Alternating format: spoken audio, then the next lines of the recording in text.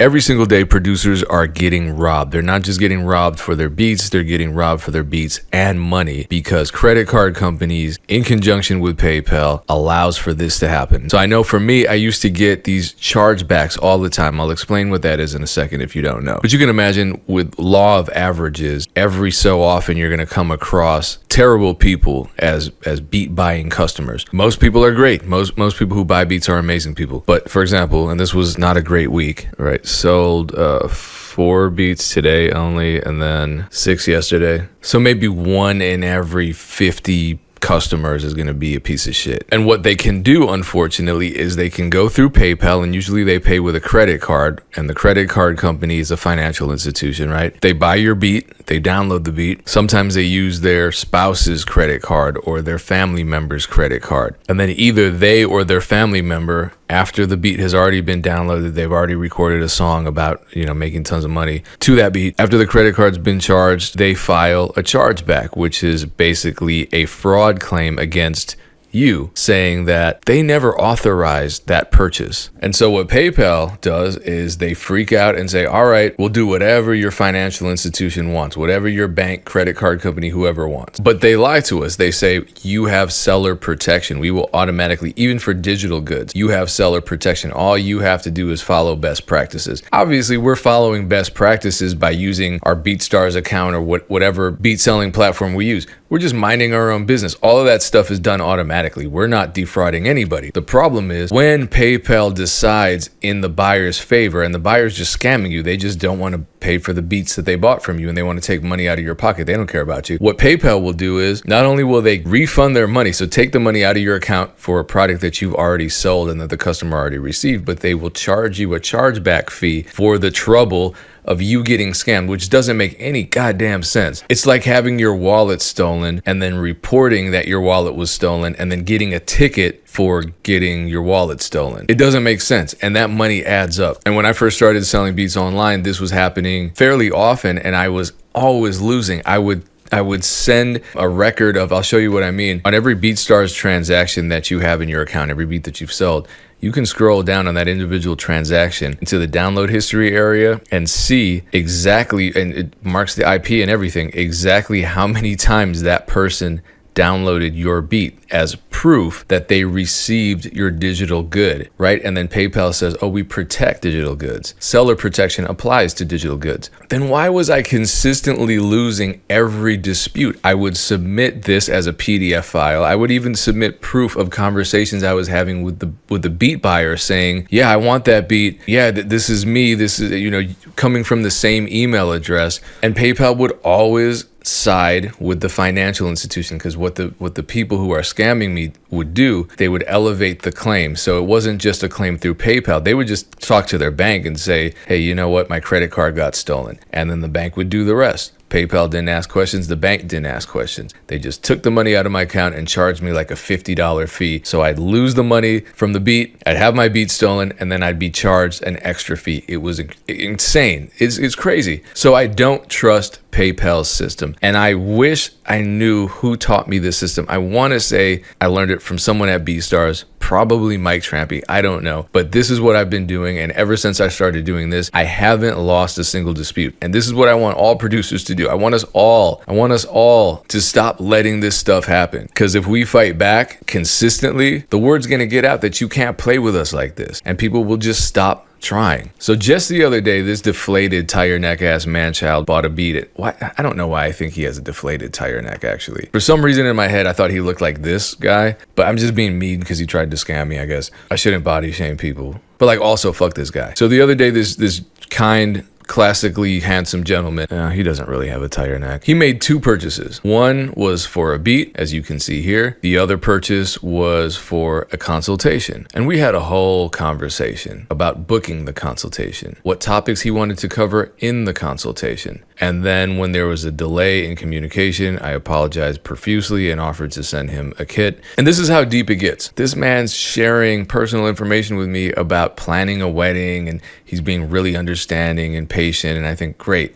So then we finally nail down an actual date for this consult to happen. And the same damn night, we agree to a time. he files a fraud claim against me. Now, I've made other videos before talking about how to fight your way through these fraudulent PayPal chargebacks. A lot of producers didn't understand this. I'm not telling you to do this for every single transaction. The point at which someone actually files a chargeback against you, or a dispute, there's a difference. A dispute is through PayPal, and a chargeback is like, fuck you, we're going for you through our bank and you're gonna lose type shit. I mean, and you don't have to lose. That's why I'm making this video, to show you how not to lose. But PayPal will send you a notification that a customer has filed a claim against you. And so at that point, that's when you act. Don't do this for every single beat. You'd go crazy if you did. So first of all, we have to trick PayPal a little bit, because we know we delivered a product to the user, but since it's a digital product, PayPal wants to play us like suckers, so we have to find a way around that. What I do is I print that page that I showed you earlier with the download history as proof that they received the product.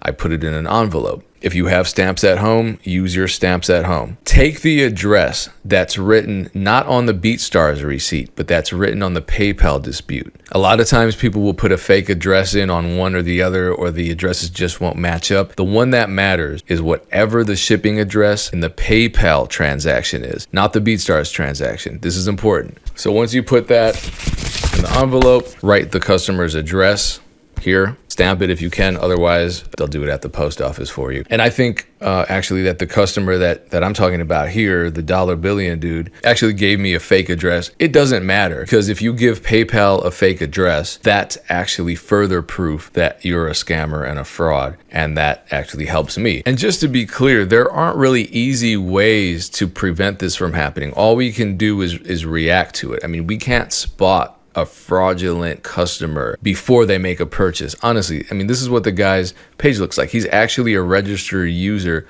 with BeatStars. He even has a couple followers. He has no content, but he has, you know, all this, and this is hilarious. Let's read his bio. I'm an exec that cuts checks. We gotta change that. What rhymes but is a little more fitting? I'm a scamming ass sucker that defrauds like a motherfucker. Something like that. You can do better than me. Leave a comment. We need a good line for this guy. I'll email it to him. This looks legitimate. This looks like a legitimate customer. And he purchased $250 worth of products, which means if I lose this dispute, spoiler alert, I do not lose. But if I had lost this dispute, that would have been $250 out of my PayPal account, plus an additional chargeback fee, whatever PayPal's calling it, for each transaction. So I'm losing over $300. So anyway, what you're gonna do once you have the envelope with the receipt in it, proof of purchase, proof of download, with the address of the fraudulent, scamming ass, possibly tire neck customer that is trying to play you for a sucker written on it, take it down to your local post office. You take it down to your local post office. And when you get there, you say, I wanna send this,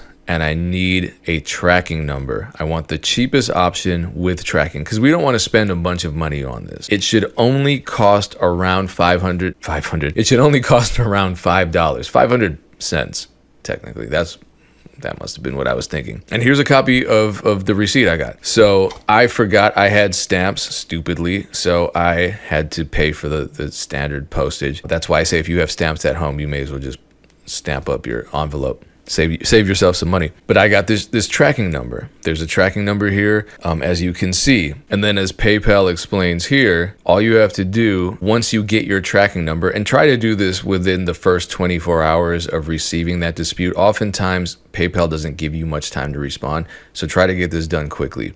You'll resolve it quicker.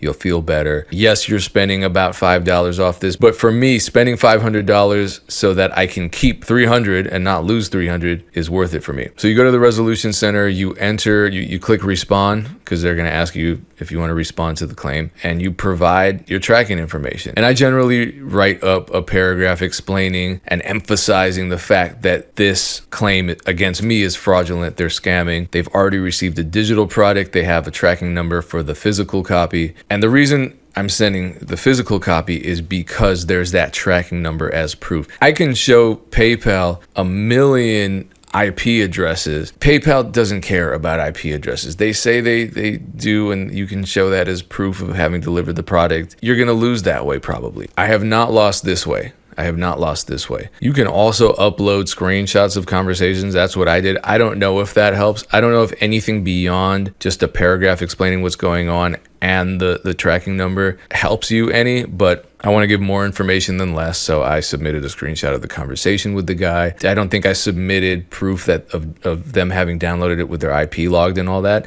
but you can try that too. But here is a satisfying email. Look at that, case status update. It took a while because he filed the case around June 6th or so, and I just heard back on the 25th of June. And as you can see, dollar billion is $149.95 further from $1 billion, at least for this transaction, because I won this transaction. It was covered under seller protection because I have met the PayPal seller protection requirements. And that's what I'm showing you what to do with this method. Here's the consultation that he booked with me on the same day that he decided to file fraud charges against me, and that is also covered. So I did not lose that money either. Now I'm having regrets because wouldn't it have been interesting if I had just played stupid and gone on that call with him for the consultation that we had scheduled that he claimed I stole his money for? How would that conversation have gone? And granted, if I had done that just to be petty and recorded it, of course, I wouldn't have lasted 3 minutes without cussing his ass out because I don't have time to waste on that. But how interesting. And this just goes to show you the audacity of these scammers. This guy was willing to share little anecdotes about his wedding planning, have a face-to-face, at least via webcam,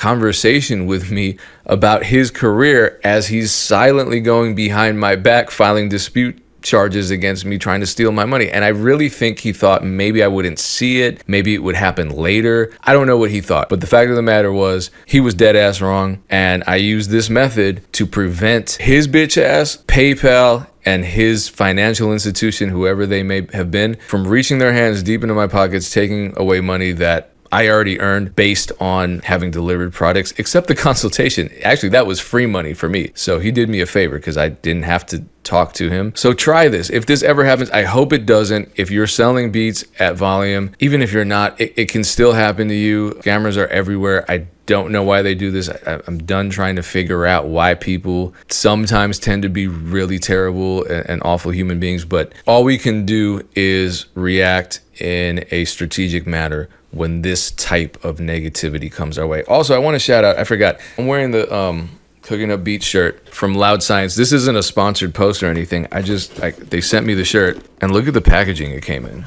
Pretty dope. So wear cool t-shirts. Don't let these scammers defraud you. Fight for your rights, fight for your money, because it's already hard enough out here. And I appreciate you tuning in. Much success to you. Till next time.